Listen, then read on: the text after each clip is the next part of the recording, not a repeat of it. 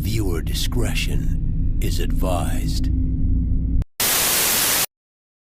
Are owned by three guys: Robert Pera, a 36-year-old shady businessman who started Ubiquity Networks, a company that profited off of violating sanctions to Iran and makes shitty unsecured routers; Daniel Strauss, who owns a bunch of nursing homes; and Steve Kaplan, an investor. Also, Ubiquity once accidentally paid $46 million to some guy posing as an employee, and the Grizz fired David Fizdale for no reason. They are taking their asses off. Take that for data. Take that for data. Grizzlies, a team that thought that setting up shop in the Canadian Northwest would be a great idea, probably making up all 12 of the city's minorities when they were there. What about drafting Hashim Can You Feel the Beat with the number 2 overall pick, passing on James Harden, Tyreek Evans, Ricky Rubio, and of course Steph Curry? You've also been in the league 20 fucking years and haven't won a single division title, and somehow getting to the conference finals in 2013 and getting swept. Unlike the Grizz, let's stay in Canada. Dear Memphis Grizzlies, remember that time you traded Pau Gasol for me? Signed, the ghost of Kwame Brown. This Grizzlies. As we move through this list, you would think the deck is stacked against expansion teams, and though we do see a few in the bottom 5, many others have escaped the fate of being labeled a shit team. However, the Grizzlies have no such luck. Originally founded in 1995 in Vancouver, this team has seen its share of losing, drafting poorly, and trading away its stars. The Grizz have only won 3 total playoff series, never been to a finals, and don't make the playoffs 58% of the time. Coupled with the 5th worst winning percentage in the NBA at 41%, it's no wonder the Grizzlies find themselves on this list. Welcome to our first 60-point plus blowout on our list. Kemba Walker went off, scoring 46 points in 27 minutes as he was guarded about as close as Jeffrey Dahmer was in prison. Go ahead and look that one up. JaMychal Green and Deonta Davis both started for the Grizzlies and combined for 9 points. The stuff of nightmares. Grizz looks like he ate a couple of children before checking into the arena and looking for food scraps. According to the team page, Grizz came from Vancouver, where they actually have bears, to Memphis, where they have barbecue ribs and the former home of Elvis Presley. And one bear. Located right on Beale Street, where you can get some amazing dry rub barbecue ribs and then drink yourself into a drunken stupor, the FedEx Forum was the first venue to use the see-through shot clocks on their backboards. There are many murals in the building, one of which honors Elvis. In 2014, Nick Cathalis was caught using tamoxifen, a drug for breast cancer treatment. Why did he do that? It's a common masking agent, and it keeps you from getting tits. After being banned from the playoffs that year, his suspension was revoked, and he now plays in Greece. Hey, is it unfair to piss off your fan? You used to play in a giant Bass Pro Shops. That's how much your city thinks of you. You fired Fizdale, tanked the hell out of the 2017 season, lost the lottery, and only got the 4th pick, barely missing on Doncic and taking Jaren Jackson instead of Trae Young. That's almost as bad as giving Darko Milicic money, which you did for 3 years. And finally, our last, most interesting former NBA arena.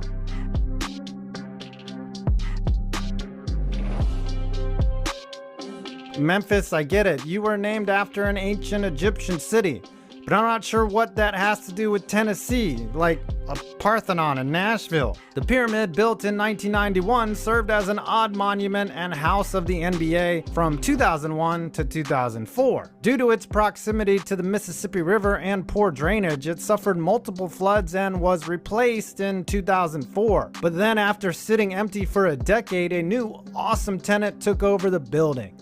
Bass Pro Shops. Nothing more non-Egyptian than that, right, my fellow Americans? The kick-ass facility has an archery range, a shooting range, and a laser arcade. You can even ride an elevator to the top and have lunch. Kick ass, Seabass. Grizz, Memphis. Pretty straightforward. He looks the part as a hairy, muscular grizzly bear, but I would imagine his stern brow might make him a little less kid-friendly than other top mascots. Who knows? Who cares? Rating, 6 out of 10. Memphis Grizzlies, Marc Gasol. He started out as a throwaway piece in his brother's famous trade to the Lakers in 2008, but he eventually developed into one of the finest all-around centers in the NBA. He was never a huge scorer, although certainly not terrible, and he was never a great rebounder for his size, but he was an unreal passer and a terrific defender who led the most successful era of Memphis Grizzlies basketball to date. Although as a LeBron fan, I am obligated to point out that Marc's 2013 Defensive Player of the Year award belonged to LeBron. I swear I got nothing against Marc. I'm a huge fan of his manly, hairy chest and penguin dance he used to do. Respect the big burrito. Yes, that's a real nickname of his. Memphis Grizzlies, Hasheem Thabeet. Thabeet is a twofold draft bust, meaning not only was he terrible and didn't belong in the league, he was also drafted before several players who went on to become MVPs and first ballot Hall of Famers, such as James Harden and Steph Curry. Even at the time, people were questioning Thabeet's selection, and they were quickly proven right, as he lasted just 1.5 seasons in Memphis before being traded. He was so inept offensively, he finished his Grizzlies career with nearly as many fouls, 235, as points, 261. I mean, there's really not much more to say than that. Stinky stink. Memphis Grizzlies blowing 3 fourth-quarter leads in the 2022 Western Conference semifinals versus Golden State with home court advantage. The very brash and confident Grizzlies faced the Warriors in the semifinals last season, and we all know how it went. Game 1 was right down to the wire, but a game the Warriors absolutely stole at the very end with a super clutch Klay Thompson 3 after a couple Steph Curry wide open bricks. Memphis would rebound to win Game 2 to tie the series, but by that point, the Warriors had stolen home court advantage, and in Game 3, they blew out the Grizzlies by 30 points and also saw Ja Morant go down for the rest of the series. But despite Morant going down, the Grizzlies had golden opportunities to win Games 4 and 6 on the road, having fourth quarter leads in both of them before their offense staggered and went nowhere. Late in the game with Dillon Brooks leading the charge. Stunner. I mean, I just can't believe that Steph Curry and the Warriors benefited from a superstar opponent getting hurt against them. I mean, when has that ever happened? This was a series that if Ja Morant had been healthy, the Grizzlies could have won in 6. Memphis Grizzlies, Dillon Brooks. This one really wasn't much of a surprise. Dillon Brooks went from being seen as a very good defensive player to potentially out of the league in a matter of weeks after talking crap about LeBron and the Lakers in the playoffs. But therein also lies the issue with Brooks. He made over $11 million this past season to shoot 31% in the playoffs and get embarrassed on a national level. I will say though that I do think people go a little bit overboard crapping on him when there are definitely worse human beings that play in the league that deserve more crap than he does. Memphis Grizzlies, Zach Randolph, 2011. Zebo endeared himself to Grizzlies fans everywhere pretty quickly after arriving in Memphis, especially with his 2011 playoff run, where he averaged 22 points, 11 rebounds, and 2 assists per game, which included a massive upset of the one-seeded Spurs in the first round. Randolph's monster 31-point-11 rebound game on 55% shooting in Game 6 put away the Spurs for good and helped cement one of the most memorable runs in Memphis franchise history. Memphis Grizzlies, Dante Jones. Jones played 4 years for the Grizzlies, appearing in 221 games, averaging 5.1 points and basically nothing else. The Grizzlies did make the playoffs a couple of times during his 4 years, and it was basically the same story there as well. Besides defense and the occasional three-pointer, Jones really did nothing well. It's pretty incredible that he somehow lasted 16 years in the league, including winning a championship with the Cavaliers in 2016. Did you know the Warriors went 73-9 and then blew a 3-1 lead in the finals and then recruited Kevin Durant, all just to stop LeBron James?